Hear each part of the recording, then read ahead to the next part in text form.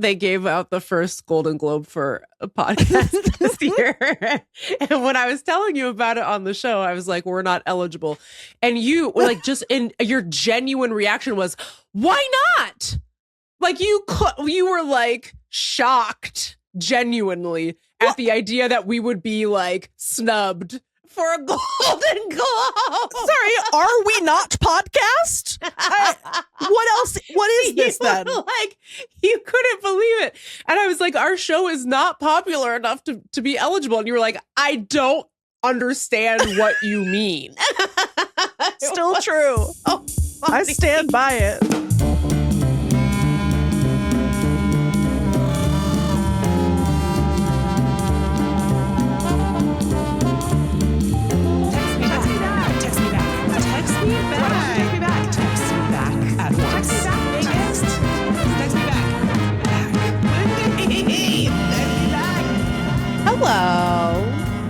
Hello.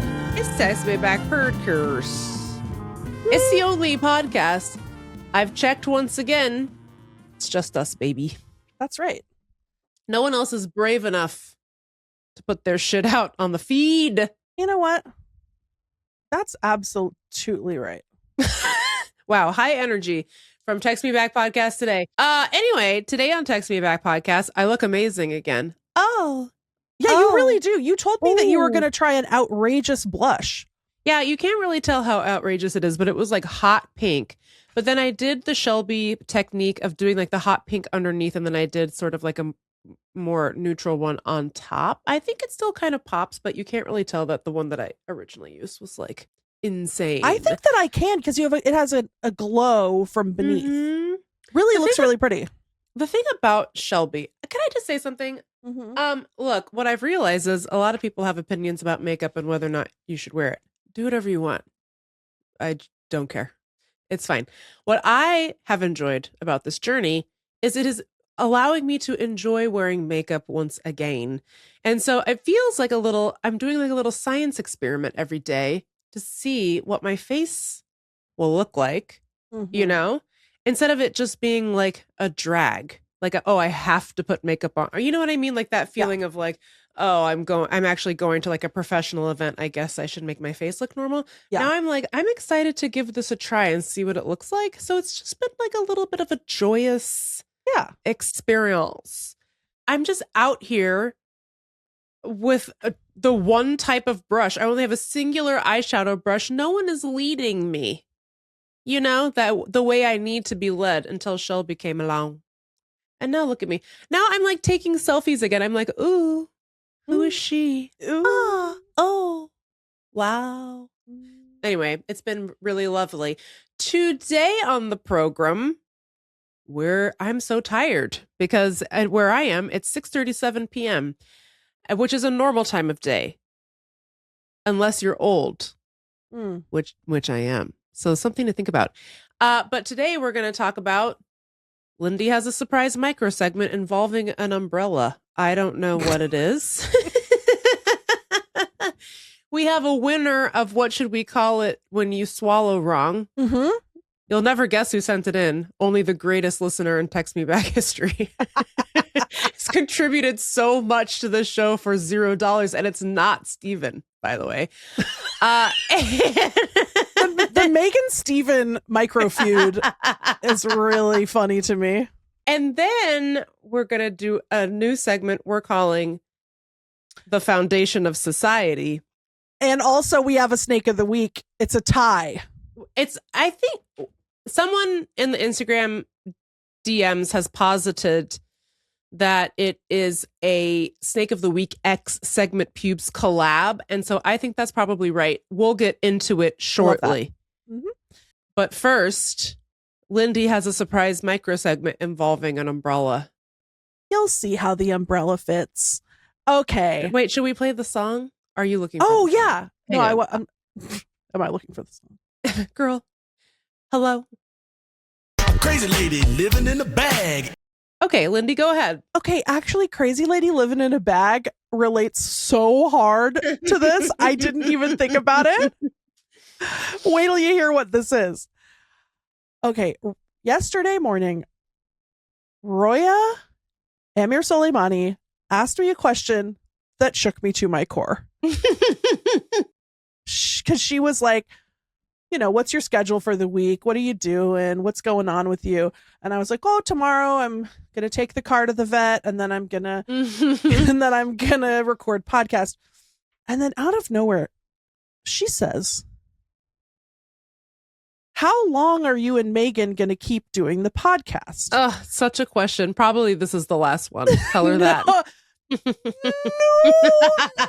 Megan. She goes, how long are you and Megan, you know, gonna keep doing the podcast? As long as it takes until we find out who killed John F. Kennedy.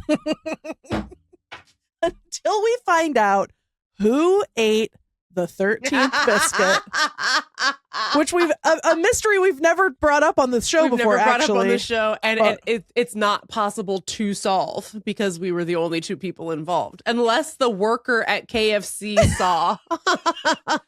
Now, we've never brought up this mystery on the show before, and this is not what my micro segment is about. But one time in the year 2000, or maybe 2001, it might have been 2001 or 2. Yeah. Megan came to visit me at Occidental College in Los Angeles. We went to KFC. And why did we do that, by the way? I don't know. I've never done it before or since. Here we are in Los Angeles, and we say, you know where we should go? Kentucky Fried Chicken. Yeah. There was I guarantee you it's gone, but there was a Kentucky Fried Chicken on Eagle Rock Boulevard, which is all very fancy now. But there was a KFC. Megan and I went through the drive-thru. We got a baker's dozen of biscuits, which is to say 13 biscuits. Yep. And then because the baker likes to throw in an extra biscuit, I guess. The baker famously loves to throw in an extra. The baker, Mrs. Sanders. Yes. Colonel Sanders' wife. She does the baking. So anyway, and then bibbity bobbity boo. All the biscuits are gone. Yeah. No one would confess to having eaten 7 biscuits. As if only eating 6 is some sort of moral high ground. It is actually so crazy in retrospect that we each ate 6 biscuits. Honestly, eating any more than 2 is mental illness. I mean, one with which I have been diagnosed. Someone please quiet the food noise. I have problems. We don't know who ate it, but honestly, it was probably me. I have only just recently realized, this is probably too serious, but I've only recently realized that the way I grew up around food was alarming. And the way it plays out now is that I'm constantly terrified that like there won't be enough food. Like if I go to an event, will there be enough food? What if they run out of food and then I'm hungry? What if I run out of food at my house? What if somebody eats the biscuit before I can get to the biscuit? It's like all like deranged, like pathological thinking about food and the scarcity of food. So you know what? I'm going to end this today. I am certain I ate the 7th biscuit because I was probably terrified that we would run out of biscuits. And the way for some reason, the way to prevent that is to eat. Eliminate any biscuit in sight. But at least like I know I got to eat it. I don't know. I don't you know know what's funny? Because I would love to take credit for the 13th biscuit. However, I feel like I have the opposite, not the opposite, but like kind of slightly different pathology where like I probably would have loved to eat the 13th biscuit, but I'm always on high alert for like being perceived. And so I can almost guarantee you, and this is not a virtuous thing, but I keep a careful count of how many biscuits I've had. You know, and that's probably why I fought so hard when we both accused each other of eating this. I don't know. I mean, it's not like I've been keeping this secret for all these many years. I just have come to the realization recently that it was almost certainly me who did it. Just because, like, I don't know. It's just like this constant fear that I'm going to miss out. Yeah. On the biscuit. So I better eat the biscuit before it's too late. And I also do have the privilege chomp, chomp, chomp, chomp, chomp, chomp, chomping food without feeling like people are perceiving me in some negative way. Yeah. You know? Because I also feel like if there's food around, I'm thinking about it. I'm thinking about her. But then and if there's like one serving of ice cream left in the freezer, I'm like, this is a disaster. Yeah. I don't have any ice cream, but I do. But in my head, it's like, because there's no backup ice cream, I can't eat this ice cream. And there basically isn't also, ice cream. You don't want to be accused of eating the last of the ice cream? Also true. Interesting. But on a deeper level, I only feel safe when I know that there is still a buffer of ice cream once this ice cream is gone. Dude. But anyway, that's I have not what we came here to talk about. No, but I do have one other thing to say, and I hope this isn't triggering. Please. It occurred to me that a thing that I've always admired about you is that, because it's very refreshing and it makes life go by quicker and more easily, is that you have no hesitation to be like, I'll take the last one. Yeah, I don't give a shit. And that thing where everyone sits at a table and like cuts the last thing into smaller and smaller pieces makes me a break. Me crazy. And Meagan does not participate in any of that. I don't participate in that. And I also am always the first to get up and go because I don't know if this is like American or if this is like some holdover from European immigrant culture or something. But there's this thing that happens where people are like, oh, I can't be the first to eat. And I was like, well, good thing you invited me because I'm hungry, bitch. Like, what are you talking about? And I actually talked to my friend Zach about this once because he always hosts Thanksgiving here. And he also hosts a Lunar New Year party every February.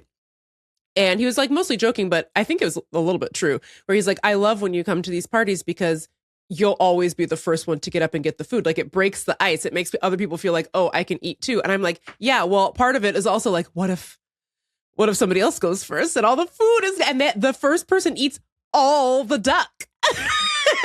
He takes the entire roast duck and puts the whole duck on their plate. What if, like Bugs Bunny, he cuts out a slice of cake and then he takes the whole cake and leaves just the one slice for 18 people? It could happen. You know, it could. We don't know.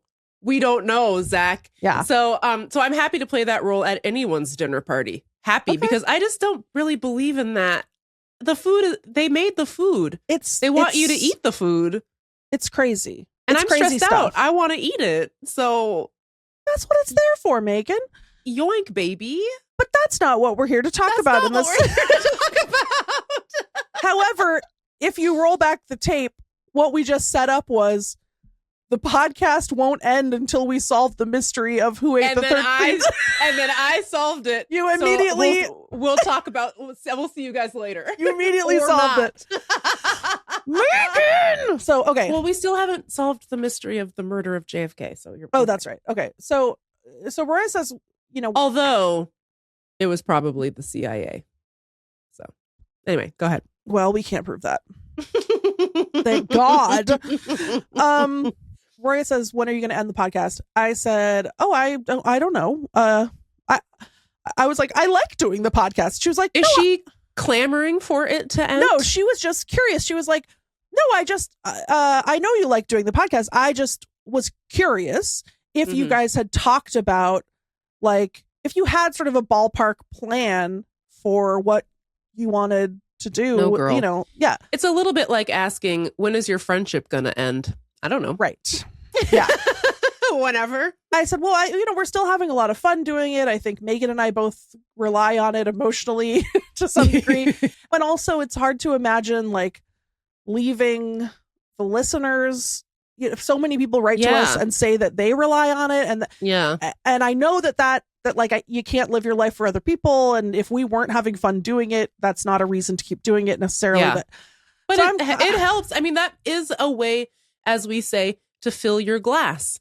It's like if you're having like a rough one, or if I'm feeling like, oh, I don't know how I'm going to be funny this week or whatever. Or like, I don't know what we're going to talk about. I don't know what we're going to do. It is nice to be like, yeah, people like the show. People like to listen to it. And that fills up your little glass. Yeah, totally. Recharges your little battery. Well, and so then just this morning when I was driving again to the vet, to drop off my car. The Carvette. Mm-hmm. The Carvette. Mm-hmm. I had a realization. I was thinking about that and something occurred to me. And you know what it is? It's that this podcast is like Mary Poppins. Ah. A crazy lady living in a bag. Oh, she does. Oh my God. Because Mary Poppins, she stays as long as the children need her. And then she comes back when she's needed again. And, she stays until the wind changes. Mm-hmm. And then she has to go help other children or do whatever, live her own life. I don't know. But as long as the children need her, because they're having kind of an unstable upbringing. Yes, it's not been good. What with an uptight banker dad and a suffragette mother. And a feminist mom. What's all this? Votes for women. By the way, I don't know if this is a hot take, but that Mary Poppins, I don't know if you would want to call it a sequel or a reboot or what have you, with old girl. Blunt, Emily. Yes. Blunt, Emily. Now that was a little bit of a banger. And it's hard for me to say it because you know who's in it. I was just going to say. Frickin' Lin-Manuel.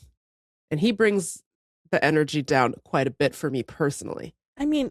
But this bitch dives ass backwards into a bathtub.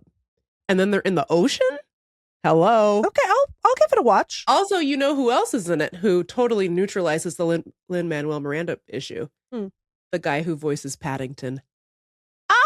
Okay. Every time that guy shows up on my screen, I go, that's Paddington. Who does the voice of Paddington? Ben Whishaw. Oh, I've heard that name. Yeah, and he's the nerd in the James Bond movies with Daniel Craig. Okay, I'll have to look him up. So anyway, but no, back to the podcast being special and helpful. Yeah.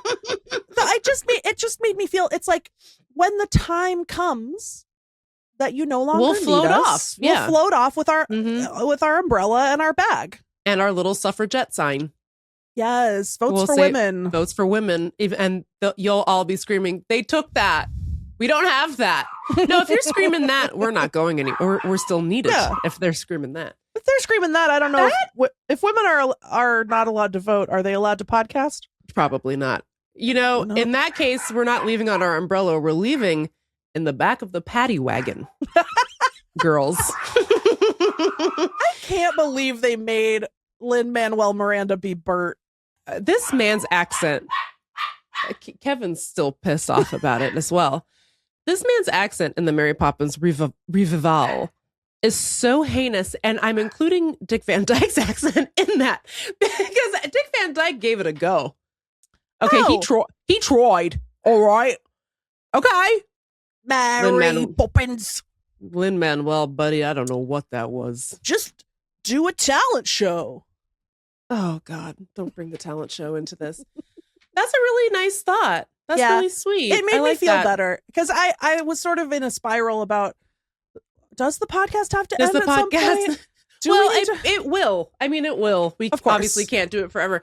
The only reason I can think of other than just like you and I kind of get tired of doing it or people stop listening to it or whatever, like if it started to affect our friendship for real, I would be like, I don't want to do this anymore. But it doesn't. And in fact, I feel like in many ways it enhances our friendship. I think so. But I think if there was a time where like our actual friend, because like what we do, we don't tell. I'm so sorry, listeners. We don't tell you exactly everything that goes on in our friendship or in our lives. Even on the Patreon. If I felt like we were just kind of like performing on the podcast, but our friendship was like suffering, I wouldn't want to keep doing it. Yeah. That would not be fun for me. So, but it's not. Exactly. It's great. So it wouldn't be worth it. Yeah. So anyway, that's my surprise micro segment. I think that is such a sweet sentiment. And I was actually driving around the other day and thinking once again about how you are Text Me Back podcast biggest fan. Yeah. And it warmed my heart a lot. I was like, it's really cute to me how much, because I think, I've developed and stoked a reputation as a great hater of this podcast. But it's like mostly a bit. But it's really sweet to me that you're like, you were sort of like, I don't want to say delusionally excited about the podcast, but I was reminiscing about how, because they gave out the first Golden Globe for a podcast this year, and when I was telling you about it on the show, I was like, we're not eligible, and you were like, just in your genuine reaction was, why not? Like you were like shocked genuinely at the idea that we would be like snubbed for a Golden Globe. Sorry, are we not podcast? What else? What is this then? Like, you couldn't believe it. And I was like, our show is not popular enough to be eligible. And you were like, I don't understand what you mean. Still true. So I stand by it. Anyways, by it. we're gonna take a break, and because our podcast is not actually popular enough for ads, you're probably not gonna hear anything. But if you're listening to this 3 years from now, you might. So enjoy.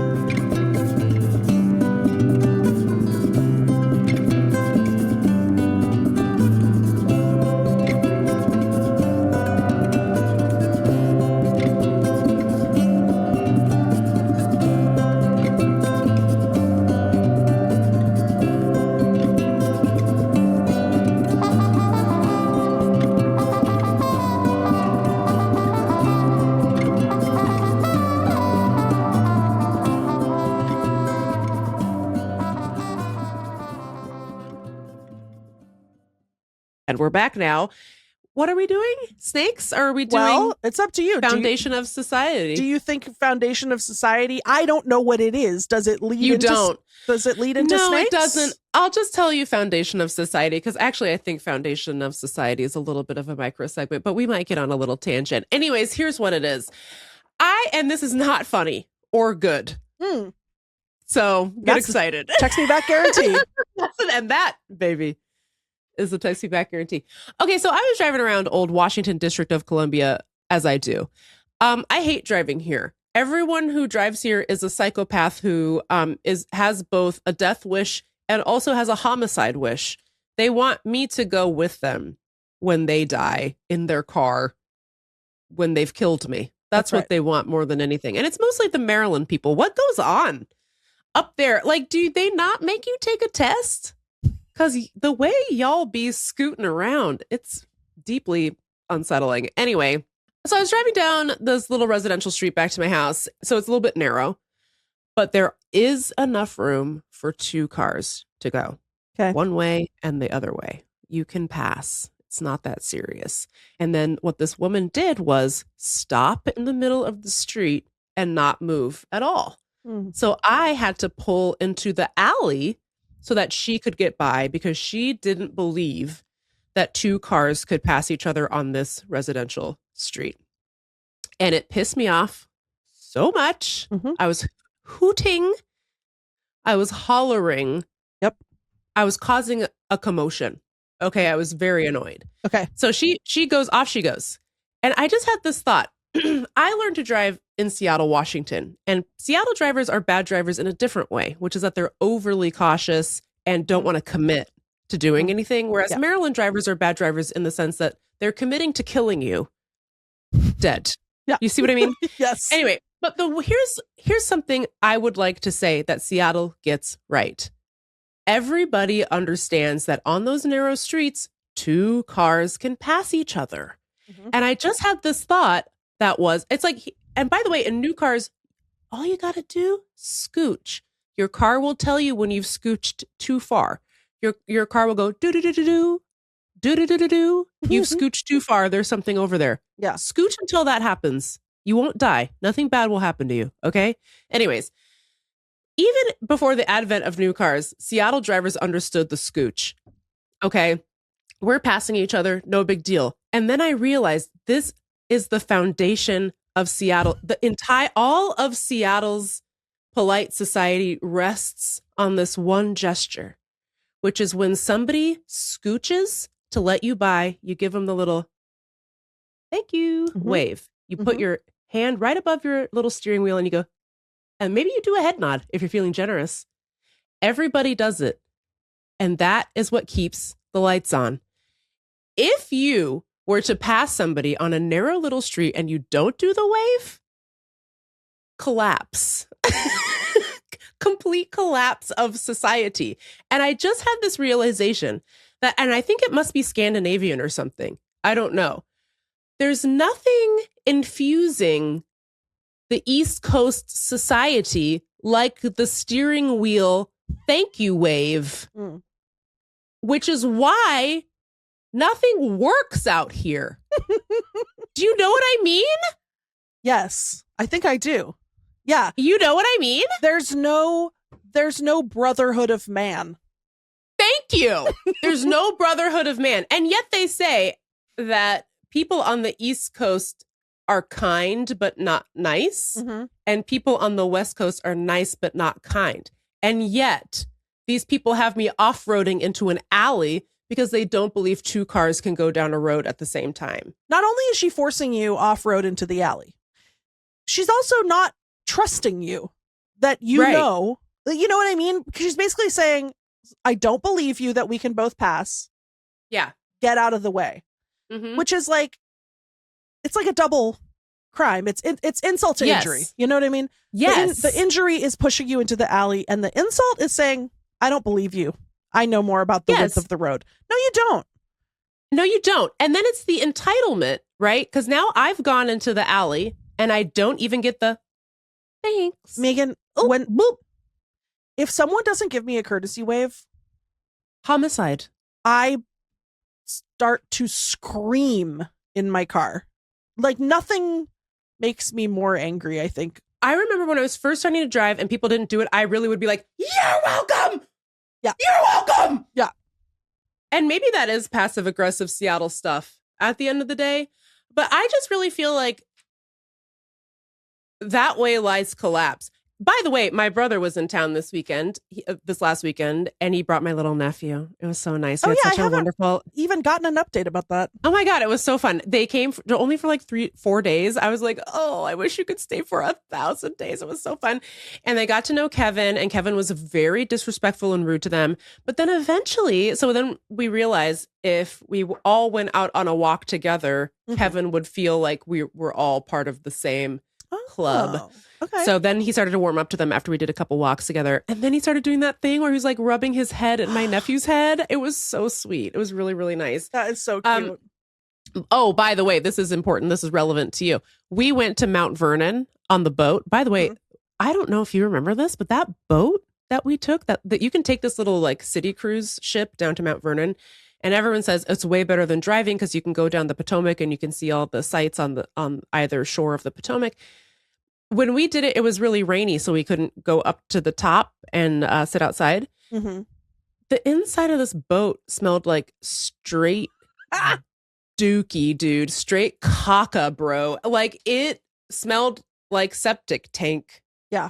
And then my brother went up to a guy and he's like, how are you getting your work done with that smell? And the worker was like, I don't smell anything. Oh no, you've got nose blind to caca? Oh no. Oh no. In the service of our first president? Oh boy, that's not good. So anyway, we took the boat out there. It was so fun. We ate a bunch of really good food. We walked. My nephew loves gems and stones and, like, so did we do this when you came? We went to the Smithsonian and we went to they have this whole gem diamond minerals section. I've been to that. Yes, and we saw the Hope Diamond, which was stolen, but it's still very cool to see. They have this enormous crystal ball. It's like the biggest crystal ball in the world. And I was like, why do you have that? Anyway, they have a diadem that was donated by Rowena Ravenclaw. I was just going to say, give the crystal ball back to Gandalf. The seeing stones are not all accounted for. We don't. That's what I'm saying. Listening, you know what I mean? So anyway, and he had a great time. He had so much fun and we had so much fun. But anyways, I was talking to my brother about this because I was like, we're going to talk about the foundation of society on the podcast next week. And I was like, I just really feel like Seattle society would collapse if it wasn't for the courtesy wave when somebody lets you pass. And my brother was like, they don't do that anymore. What? Excuse me? And I said, they don't do that? anymore. Because of the Amazon transplant? I said, because of the transplant, they don't do that anymore. Oh, you know what? Oh no.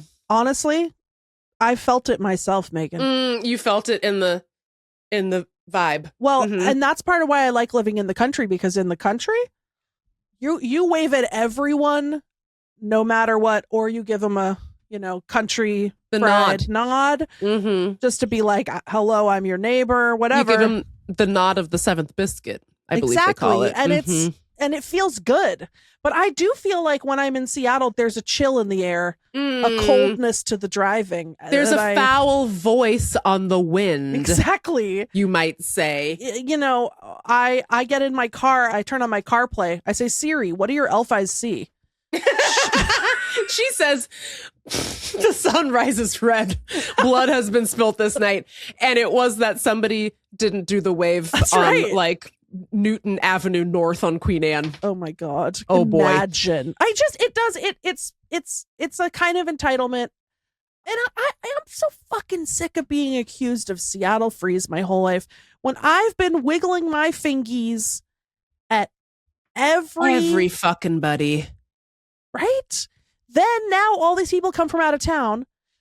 They complain about the Seattle freeze and they don't do the wave. Hello. And they don't even scooch. Like, here's the thing. Here's the thing that drives me the most nuts driving around here. And then we can move on from this very stupid segment I've been thinking about for a month. You gotta scooch, babe. You gotta scooch. The other thing that happens out here is that people won't even scooch. They'll just assume that you'll just stop driving and let them go by. They're clipping me close. And it's like, you have to fucking scooch over. Like you have 6 inches of clearance on your passenger side. You gotta fucking scooch, brohemi. Your car will tell you if you've scooched too far. Slow down, scooch, and then we wave. Not that hard. We go about our business. And then anyway, we have successfully navigated to our destinations, and we've experienced a moment of human connection. And we've put in the heaven column at least one little check mark for heaven. St. Peter said, nice. He said, damn, that was a good scooch. That was a good ass scooch. Anyway, let me know what you think about Foundation of Society. I am curious, especially for our Seattle listeners, have you noticed a chill in the scooching and in the wave? For our listeners in other parts of the country, are people scooching where you live, or are they committing petty crimes against you in your car? Also, let me know.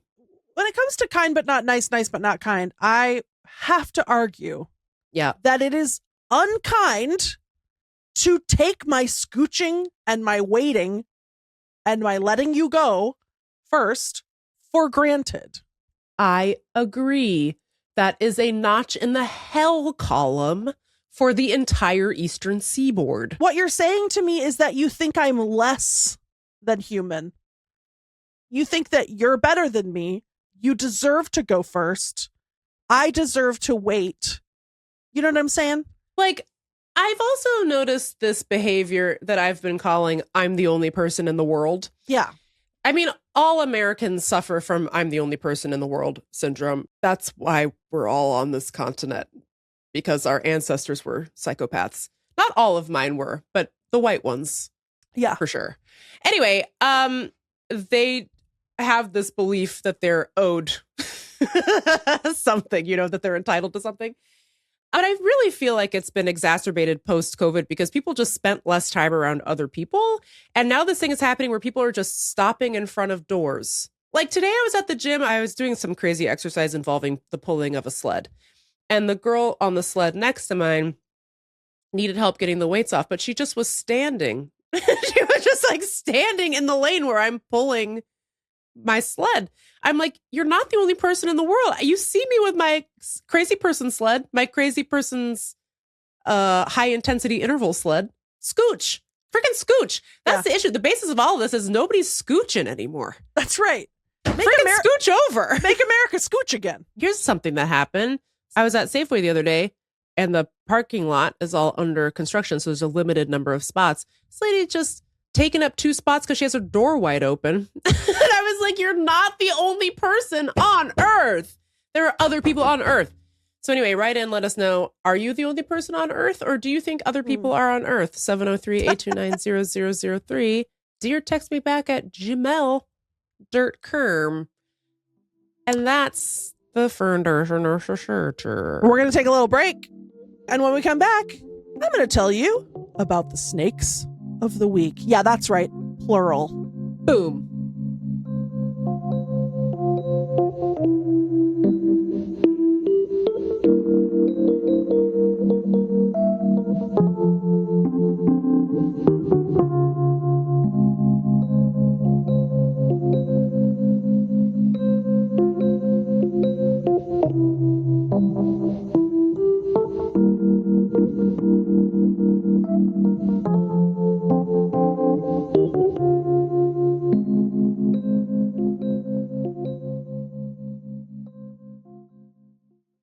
And we're back. Oh, Megan's having a little beveragino. I know. Well, it's late here. It's almost 7:30. Beveraginos. You go for the bev. We got it. Okay, snakes of the week. Oh, this is so exciting because we get to play both songs. X segment P.U.B.E.S, and we'll get into why, but I think first we should listen to the songs. Okay. Snake of the week. And furthermore, Segment P.U.B.E.S. Lindy, would you like to talk about this critical crossover of our interests? Yeah, one of the worst things I've ever seen has happened. Megan. Yes. Which is that RFK Jr., who clearly must have, to some extent, liberated himself from Janine, because I know she would never sign off on this. Not Janine, baby. No, Janine okay. Janine would not rubber stamp this. Mm-mm. Is that what that phrase means? Anyway, Robert Kennedy Jr., Robert Kennedy Jr. What is it? Robert? I assume Fitzgerald, but why would two brothers have the same middle name? It's like in Pride and Prejudice, Mr. Darcy's name is Fitzwilliam Darcy, but then his cousin's name is Colonel Fitzwilliam. Oh, it's Francis. Oh. It's Robert Francis. Oh my God. I was about to be so upset. Okay, so anyway Robert Fruckus Kennedy Jr. That's what they call him. He took his great big, dry, gravelly, scaly paw.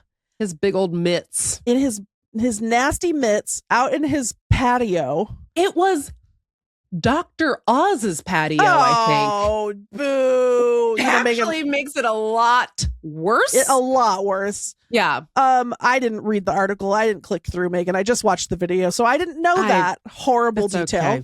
That's okay. He took his mitts.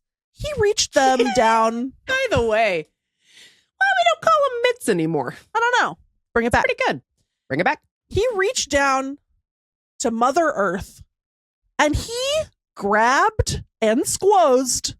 Mother Earth, by the way, is a quartz tile on Dr. Oz's New Jersey mansion's patio. Close enough, Megan. Where do you think quartz comes from, Megan? The sky? Mother Earth's ass. It's Mother Earth's ass. He reached down into Mother Earth's ass and he put his mitts upon 2 of Gaia's children.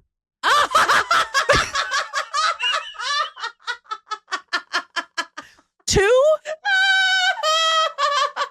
long, beautiful, capricious, wiggly squiggly snakes. Ooh, wiggly skin. Oh, we gotta play that later too. We haven't played that in so long. Okay, when you said 2 of Gaia's children, I'd like you to know I exited my body and I actually will have no memory of this part of recording the podcast because I am gone. She gone. Okay, so he grabs these 2 snakes. He picks them up. Ugh. In one hand, he's squozing them hard. Okay? Mm-hmm. Cheryl's screaming, Bobby, put him down. Bobby, put him down. He's like, forgive me for doing this. Just a little black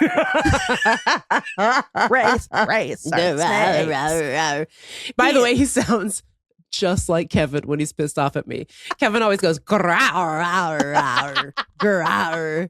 To that extent, respect. I like that he's not having a panic response to the innocent snakes. Yeah. However, they're just hanging out there. They weren't doing anything. There was no reason for him to grab them. And these two brave, beautiful women start biting him and biting him. Come on, girl. They bite him so many times. They're fighting for their lives. As far as they know. And by the way, the camera, he's still holding them when the camera shuts off. We don't know. We don't know what happened. He might have gone straight to the hibachi, you know. Yeah. Ooh, he likes exotic meats. I don't know what he had in store for our girls.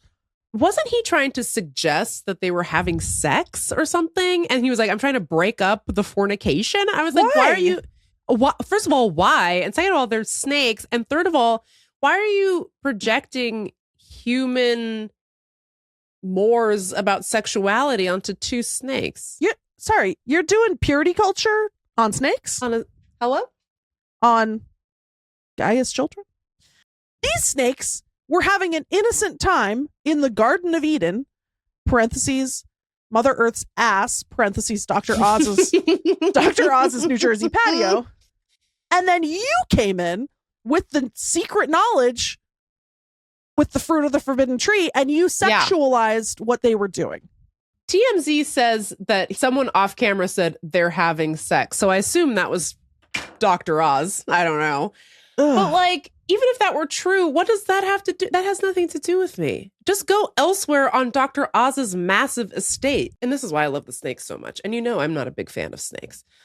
But these ones, I think I like what I'm going to see. Because the P.U.B.E is, why are you manhandling nature? The snakes were here first before you built your nasty ass fucking McMansion in the middle of wherever the fuck this even was. I assume New Jersey, which is where even though he ran for Senate in Pennsylvania, he actually lives in New Jersey, but whatever. So you're like manhandling the snakes for absolutely no reason. And I assume that he did it because he thought he was going to look super fucking tough. Right. When he grabbed them and he was like, I'm not scared of snakes. Who does he think he is? The Minoan snake goddess statue with her tits out? Hashtag art history. Ever heard of her? You know what I mean?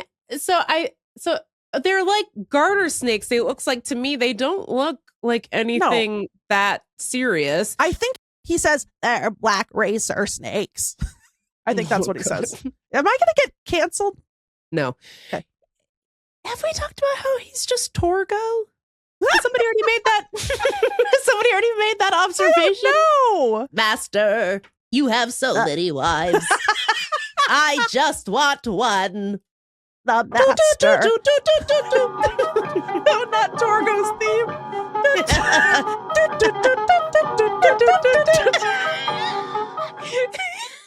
Torgo's theme was playing when he walked over to grab the snakes. They're just black garter snakes, Cheryl. Anyway, yeah, he definitely thinks that it's going to make him look super tough. Meanwhile, Lindy West was doing that age 5 out here. Yeah, I know. He thought it was going to make him look like such an alpha, and he ends up looking like such a bitch. One, because he's bothering these snakes for no reason, and two, you can tell it hurts that they're biting him. So he's like, ah! He's trying so hard to like repress the feeling of like, oh, I don't like that these snakes are hurting me. Yeah. By the way, this like happened over Memorial Day weekend, which I assume was some sort of barbecue get together. I don't know. Meanwhile, he's wearing a suit and tie to this. Like, Lindy, I don't understand what's gone on where the people in charge are weird, sweaty losers. I know, Meagan. Who only care about like looking cool, I guess, look like stupid shit fucking ass all the time and dress like fucking model UN nerds every day. What is going on? Like, RFK tweeted something about how Jimmy Kimmel is not a comedian. He acts like a pastor instead of a comedian or something. And then it was like this whole, but basically like the foundation of his argument, which was that the left has lost control of comedy and that the left is no longer in control of culture. And we talked about this with Sam Sanders, and they are so desperate to speak that lie into existence because they know that like this power that they have actually isn't culturally significant. I'm not saying it doesn't matter. I'm not saying it doesn't matter that like Trump is the president and he's surrounded himself by like psychopathic HGH poisoned losers. That matters. It's important and it affects people every day. But they know that that's not enough because they don't control like people's hearts and minds. Like, yeah, the most popular movie of the year so far is Ryan Gosling becoming best friends with an alien who looks like a rock. It's not the Sydney Sweeney big boobs marathon film, you know? I keep getting advertised when I open my Roku, when I'm hanging out in Roku City, which I do like to do. I love to be there. Love it. But I keep getting, I feel like there's like 1,000 new movies that are like, the story of Bible. Here now, the story of Bible. Like, what is this? There's like a weird resurgence. It's all like David versus Goliath, airing now on the Fox Culture Network. Yes. It's like some weird offshoot of a Fox network that I have never even heard of, or Right. like Fox Nation. And then they also put like elderly comedians on Fox Nation. So like Kevin Nealon, I want to say, has a car show on Fox Nation with like, what's another one of them? Jay Moore and Joe Piscopo, and I don't even know, drive their truck around Missouri or something. Yeah. Like, I just feel like it was this massive overcorrection. It was like the first time around that Trump won the first time. I don't think this happened because he lost the popular vote. So everyone felt like, okay, everybody hates him, but through like a flaw in our system, he won, but he doesn't have a mandate. Okay. Yeah. The second time he won, he did win the popular vote by like 5. Yeah. Total. It was like not a particularly impressive win, but the levers of power were like, oh my God, there's been some massive sea change in the American electorate. And this man has some sort of incredible mandate to do and say whatever he wants. We have to give him money for his ballroom. We should let him tear down the White House if he wants to. He should totally build an octagon on the fucking front lawn of the fucking Meagan. shit. By the way, if you live in Washington, D.C. and you somehow have a line on some tickets to go to that octagon on 4th of July, can you get me one? I just feel like that would be such a golden content opportunity for the podcast, please, if you know. Anyway, so I just think it was this massive overcorrection where the studios, which are now owned by like one man, were like, well, one, every studio head is a conservative piece of shit. So they're very willing to go in that direction anyways. But also I think it was this massive overcorrection to be like, well, Trump won, so I guess that proves that there's this massive desire for more David content. Right.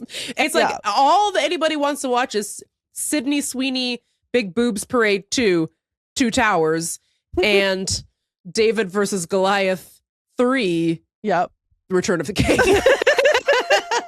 Or whatever. Yeah. You know, which is just not true. Like nothing really fundamentally changed. I continue to believe, and you can call me a stupid asshole if you want to, but I continue to believe that there are numerous people who voted for Trump not because they're MAGA, like not because they identify with the MAGA movement, but because they really thought, oh, this businessman is going to fix the economy. Is that stupid?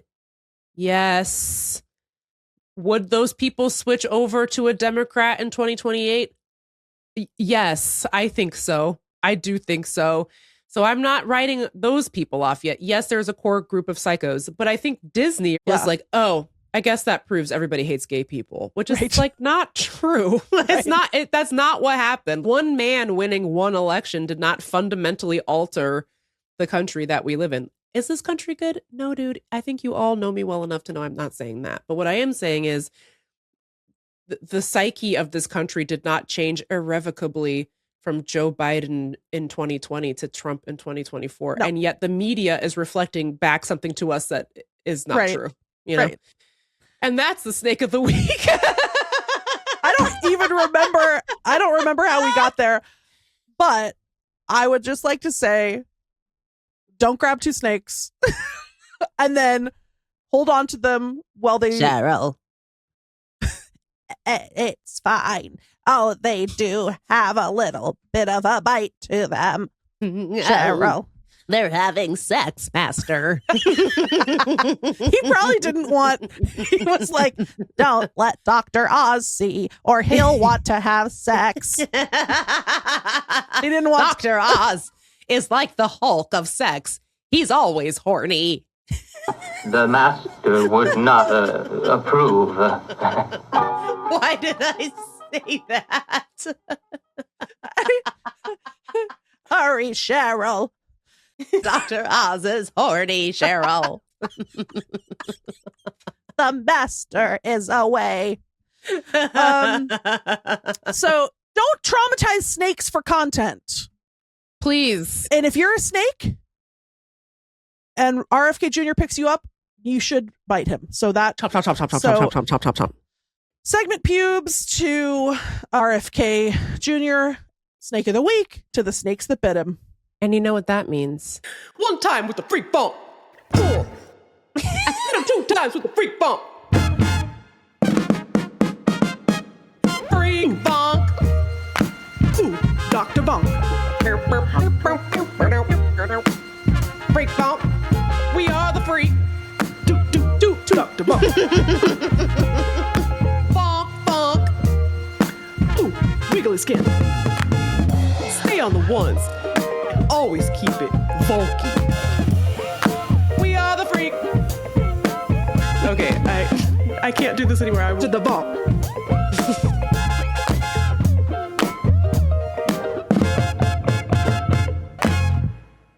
Wow. What a banger. Better than I remembered. Yeah, me too. Why have we not played that in so long? I mean, I guess it's because there's been no new Freak Vonk news. No new freak. He's a real guy, by the way. Somebody in the Discord was like, oh, he's a real man? Hell yeah. Professor Dr. Freak Vonk. Professor Dr. Freak Vonk. A Dutch? Of the Netherlands. I almost said New Orleans. A Dutch scientist who discovered the longest snake, and then she died. He's like the Dutch Steve Irwin in many ways, I would say. So anyway, get involved with that. We're going to take a break. Do we have one other thing we're going to talk about? Yes. What was it? When you swallow your spit wrong. Oh, yeah. Cliffhanger. Stay tuned.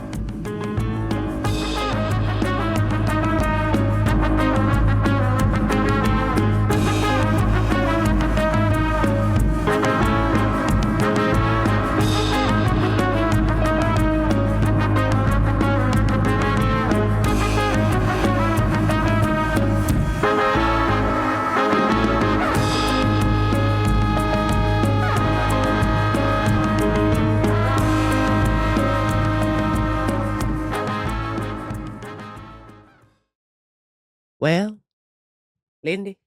Well, Meagan. We've arrived once again at the conclusion of Text Me Back podcast, the only podcast that we have some exciting news.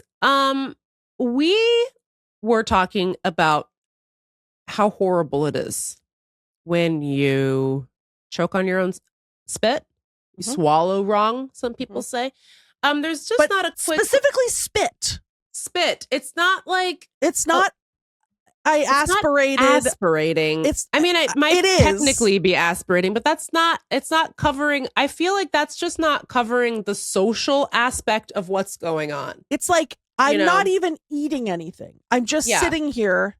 All of a sudden, my spit specifically goes, because I feel like, a sesame seed went down the wrong pipe. Some of my Pepsi went down the wrong pipe. Whatever. That's one thing. Down the wrong pipe. Perfect.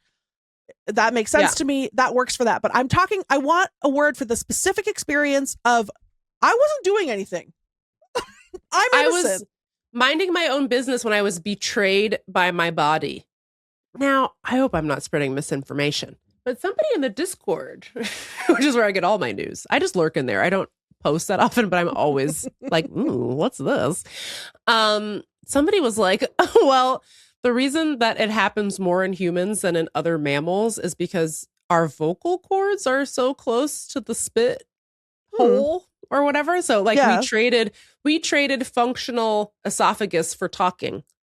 And I said, I like that. I believe it. That's fine. That's a decent trade-off. Sounds right to me. Anyway, some of you sent in some thoughts, some better than others. I would like to say honorable mention.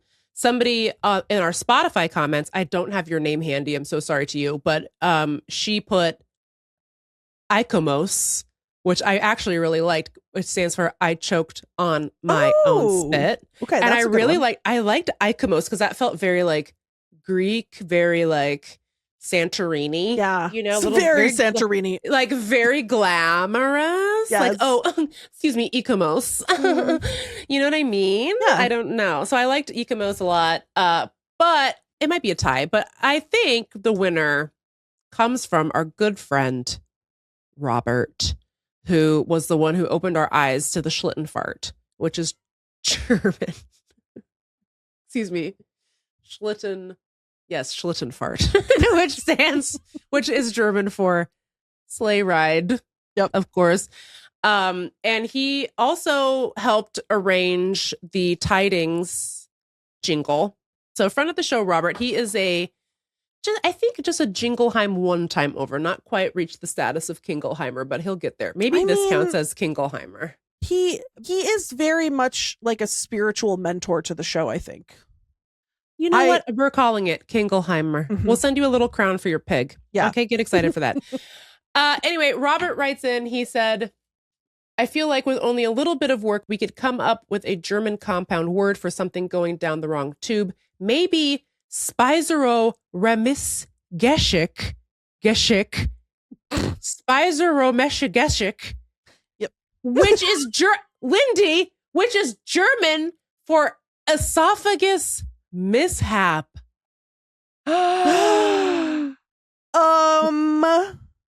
We've solved it. Is there an esophagus Mr. Hap?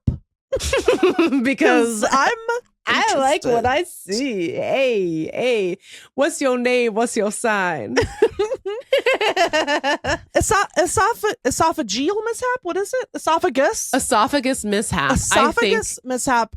I think it's clean. I think it's elegant. Mm-hmm. It tells you exactly what's going on because I think it works not just for spit, but I think it's most evocative for spit. Mm-hmm, mm-hmm. You know, it's beautiful esophagus mishap. Yeah, esophagus it really rolls off the tongue. Now, I also liked Megan's idea, which was horse leg. Horse leg.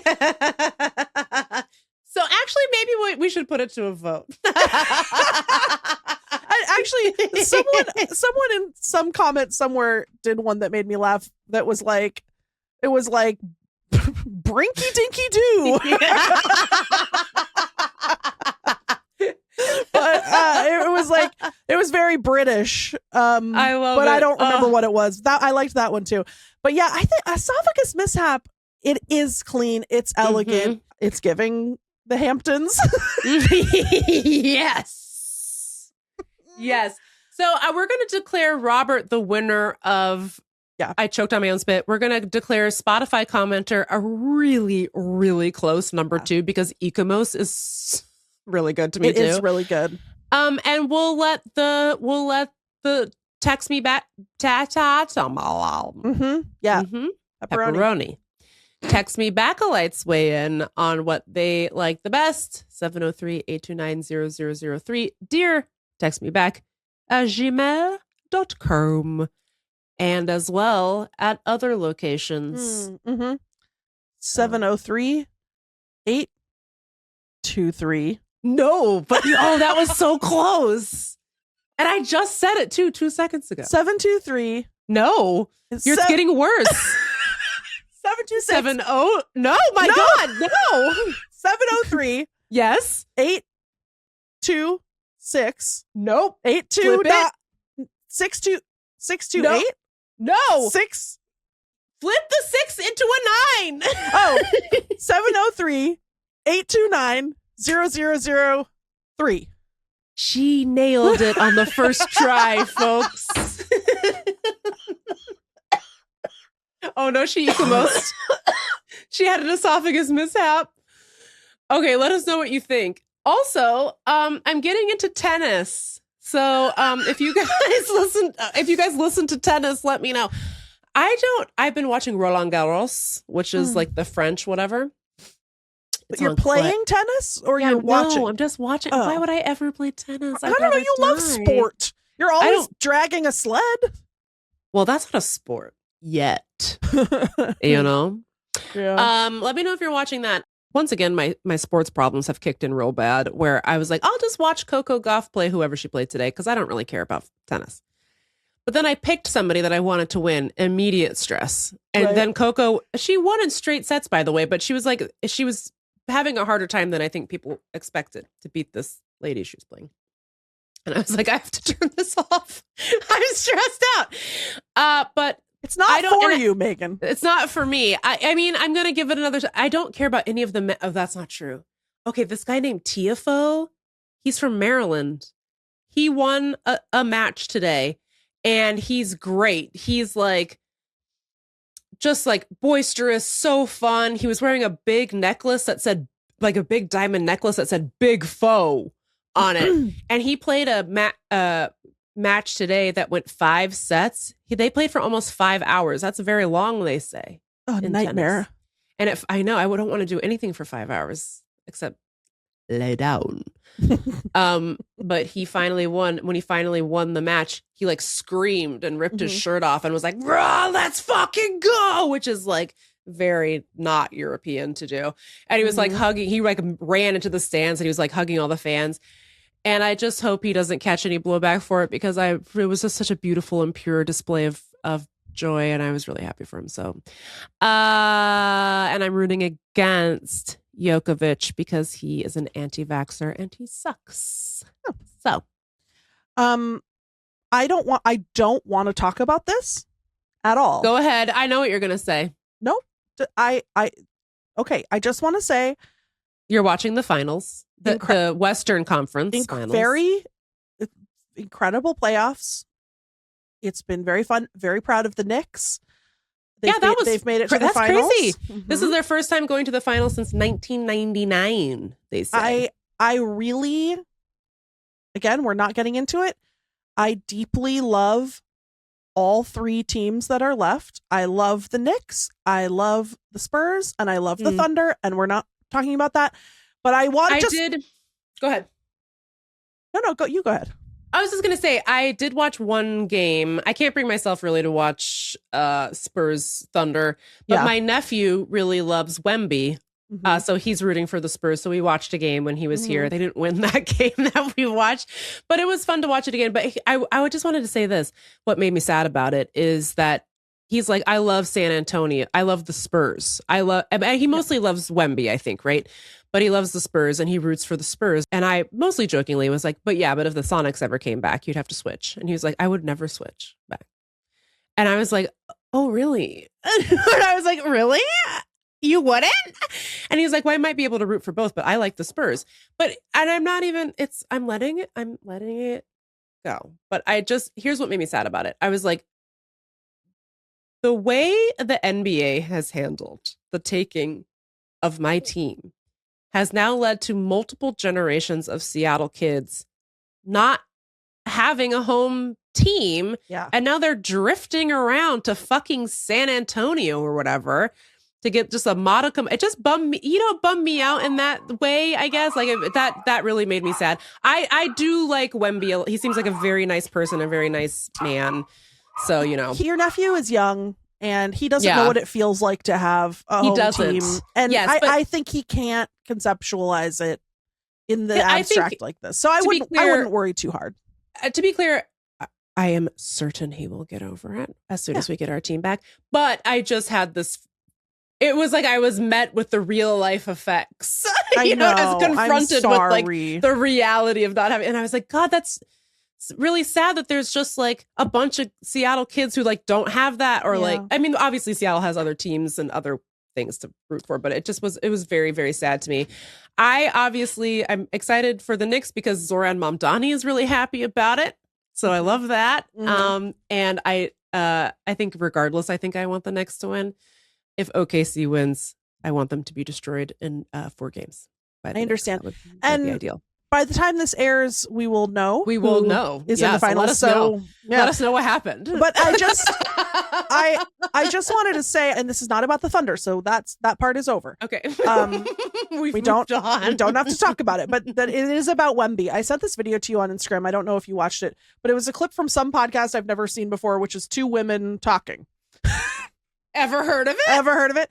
And for some reason, they're talking about Wemby, not from like a basketball insider's perspective, but just sort of they're perceiving him. Like, and that's the lankiest motherfucker I've ever seen in my life. Well, they're talking about how Wemby has this deep emotional intelligence where he's not afraid to cry. You know, he cried on TV, and then people made fun of him, and then he said, gross. I will never be ashamed of having emotions, and I will never hide my emotions. And so then they were like, yeah, it really feels like he's an old soul. He just has this depth and this wisdom. And then one of the women said, it really has stuck with me all day.